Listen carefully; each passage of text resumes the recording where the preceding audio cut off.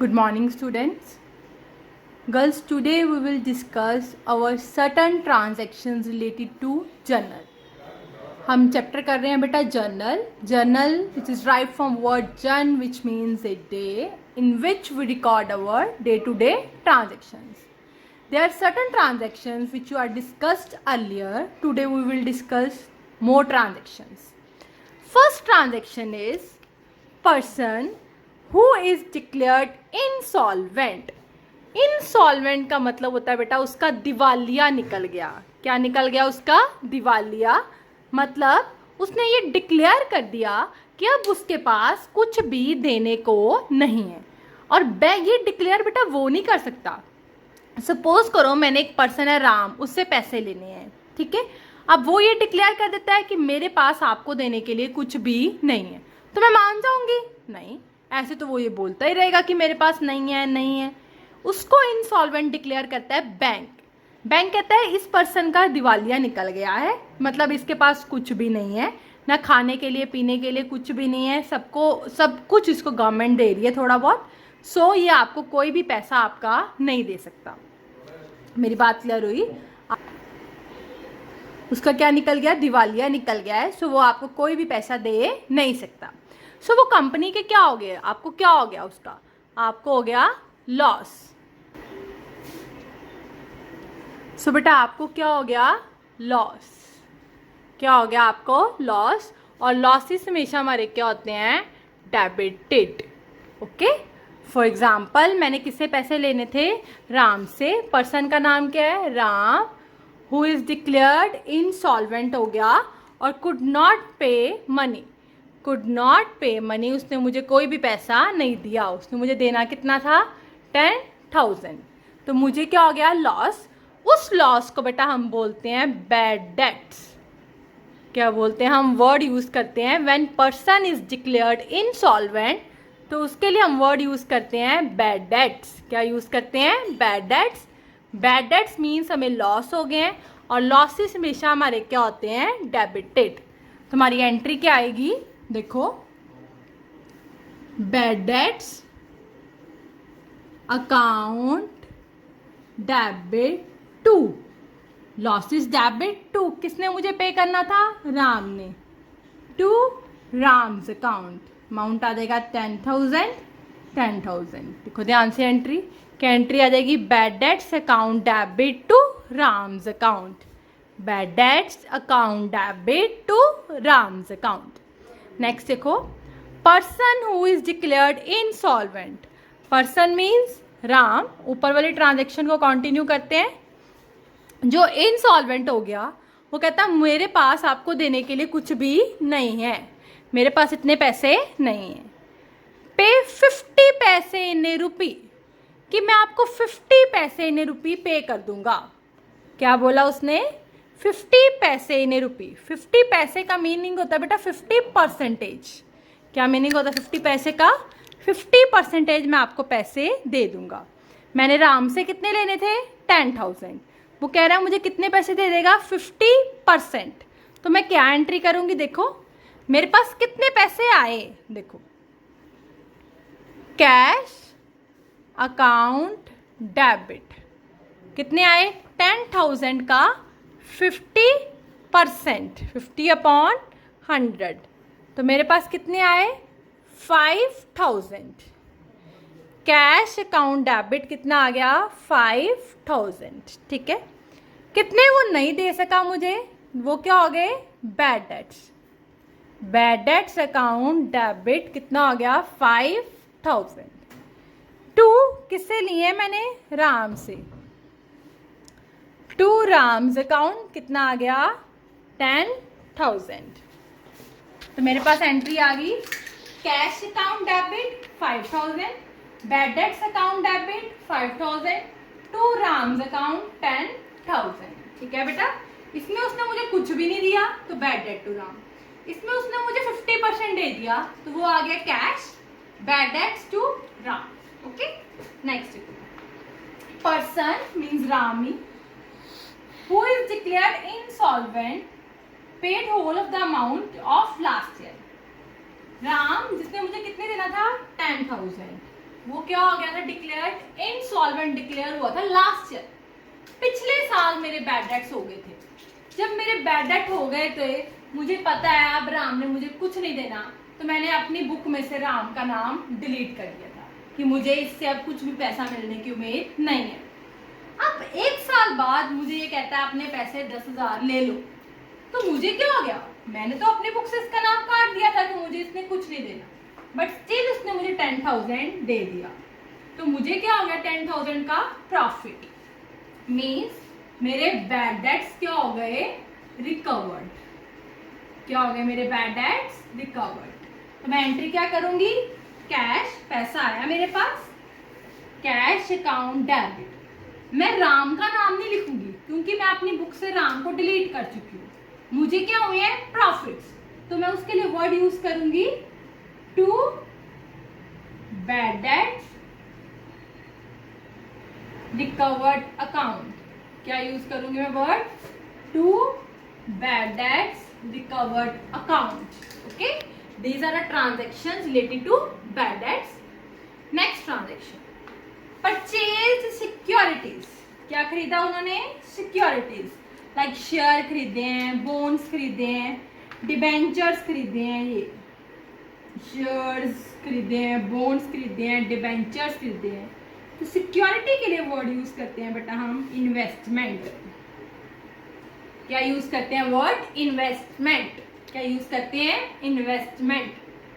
अगर हमने कैश पे किया, देखो purchase security for cash, security I means investment account debit, cash गया टू कैश अकाउंट। ठीक है बेटा, ये तो आपको पता ही है। कई बार बेटा कुछ ट्रांजेक्शन्स होती हैं, कहीं पे भी वर्ड आ सकता है आपका कि पेमेंट आपने थ्रू चेक करी है, या आपने रिसीव थ्रू चेक करा है, या पे थ्रू चेक करा है। तो बेटा कभी भी वर्ड आ जाए ना चेक, तो चेक में हम वर्ड यूज करते हैं बैंक। क्या वर्ड यूज करते हैं, बैंक। तो उस एंट्री में कैश की जगह पे हमारा क्या लग जाता है, बैंक। ओके, जिसे हमने सिक्योरिटीज खरीदी और पेमेंट करी बाय चेक, वही सिक्योरिटीज आई। हम एंट्री करते हैं इन्वेस्टमेंट अकाउंट डेबिट। बट अब पेमेंट कैसे की है, टू कैश नहीं की, कैसे की है, थ्रू चेक। तो हम क्या लिख लेंगे, टू बैंक अकाउंट। ओके, बस कैश की जगह क्या लग जाता है, बैंक। नेक्स्ट ट्रांजेक्शन है हमारी refund of income tax. Income tax हमने ज्यादा पे कर दिया था, income tax is our personal expense, तो वो हमने ज्यादा पे कर दिया। ठीक है, अब वो मुझे वापस मिल गया है। जब वो मुझे वापस मिल गया है तो हम क्या करेंगे, पैसा आ गया, कैश अकाउंट डेबिट। तो जब मुझे बेटा इनकम टैक्स मेरा वापस मिल जाता है तो हम दोबारा उसको अपनी कैपिटल में डाल देते हैं, टू कैपिटल अकाउंट। ओके, जब मुझे इनकम टैक्स वापस मिल जाता है तो उसको हम दोबारा कहाँ डाल देते हैं, अपनी कैपिटल में। तो एंट्री क्या बन जाती है, cash account debit to capital account. Okay,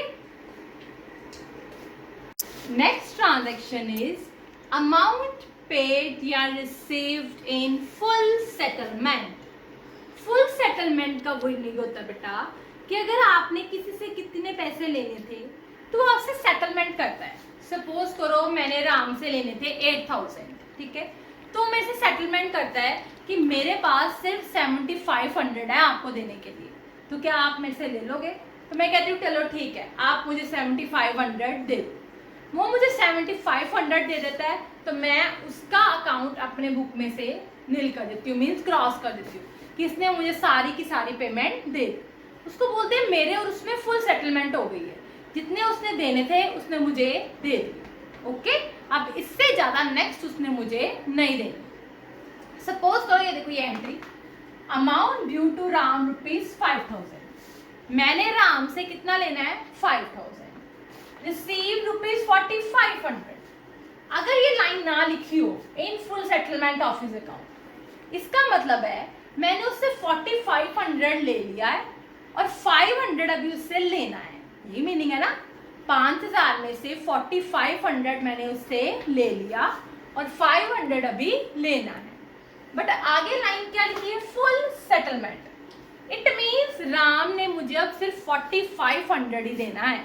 उसने मुझे बोला है आप मेरे से 4500 ले लो, बाकी मैं आपको कुछ नहीं दूंगा, बाकी डिस्काउंट। ओके, तो मैं मान गई, तो अब मैंने उससे कुछ भी नहीं लेना।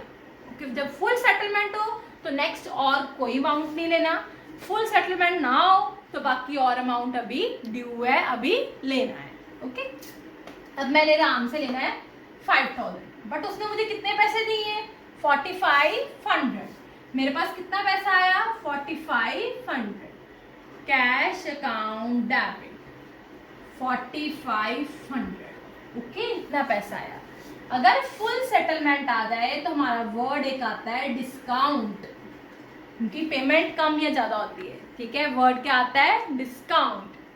कैश अकाउंट डेबिट, कैश और डिस्काउंट को कभी अलग नहीं करना, सो डिस्काउंट अकाउंट भी क्या होगा, डेबिट। कितना डिस्काउंट मिला आपको, आपने पेमेंट कितने की करनी थी, 5। राम ने आपको पेमेंट कितने की करनी थी, 5000 की। कितने पैसे दिए उसने आपको, 4500। 500 क्या हो गया, डिस्काउंट। किसने पैसे दिए आपको, राम ने, टू राम्स अकाउंट। कितने लेने थे राम से, 5000। देखो एंट्री ध्यान से, कैश अकाउंट डेबिट जितने आपने पैसे लिए हैं, डिस्काउंट अकाउंट डेबिट जितने कम लिए हैं, लॉस हो गया आपका, टू राम जितने लेने थे राम से, कितना, 5000। Okay, this discount is your loss, तभी डेबिट हुआ, लॉस हुआ ना आपको, आपने उससे 5000 लेना था, ले कितना रहे हो, 4500। 500 आपका लॉस हुआ तो ये डेबिट हो गया। नेक्स्ट एंट्री देखो ध्यान से, ये रिसीव्ड वाली है, ये पे वाली है। Paid ₹9500 to Krishna. मैंने कृष्णा को कितना पे किया, 9500।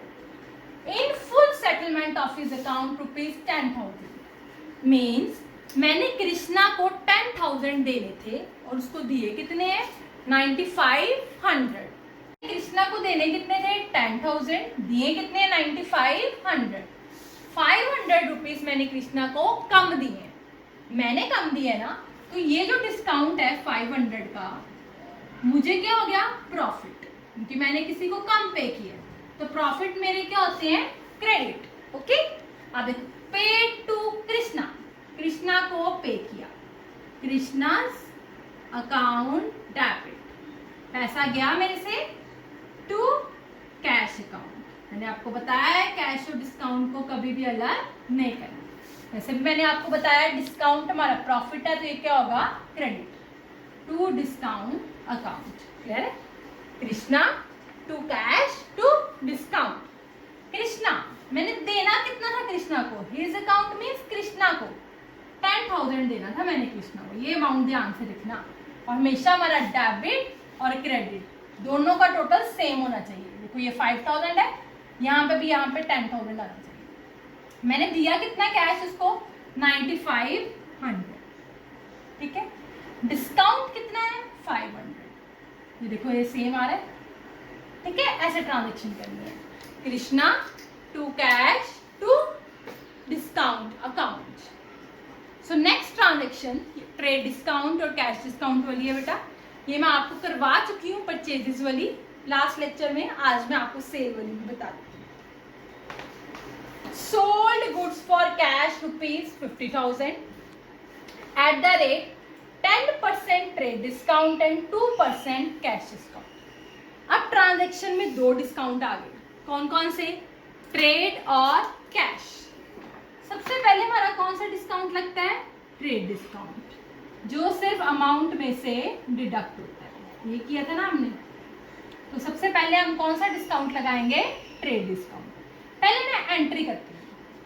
मैंने सम में देखा मेरे दो डिस्काउंट है, ट्रेड डिस्काउंट भी और कैश डिस्काउंट भी है। ट्रेड डिस्काउंट को चलो मैंने शो नहीं करना, it's okay, but cash discount तो मैंने शो करना है ना।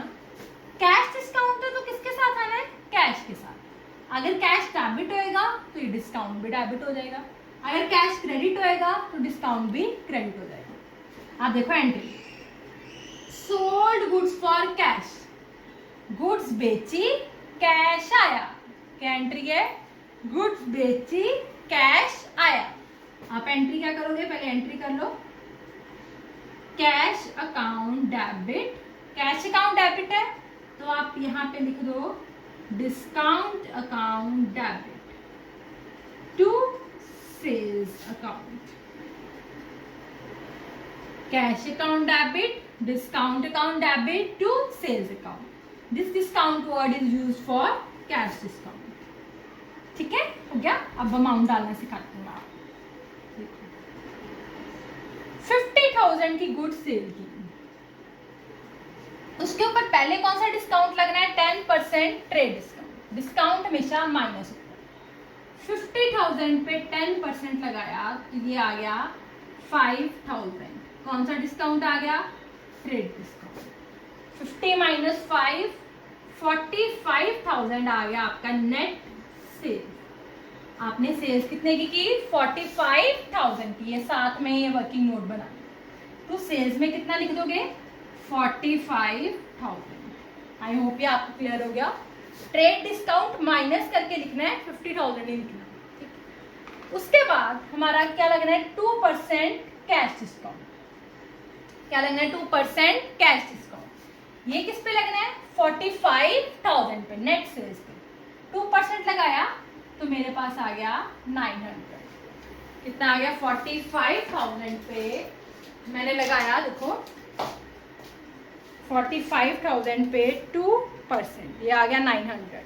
कौन सा डिस्काउंट आ गया, ये कैश डिस्काउंट, 900 में डिस्काउंट करा।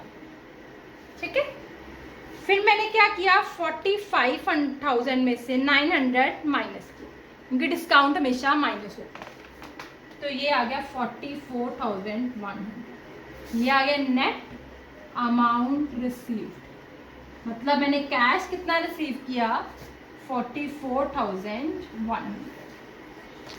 पहले ट्रेड डिस्काउंट फिर कैश डिस्काउंट। आई होप ये आपको एंट्री समझ लगी हो, फिर भी अगर क्वेरी हो तो मेरे से पूछना। Thank you girls.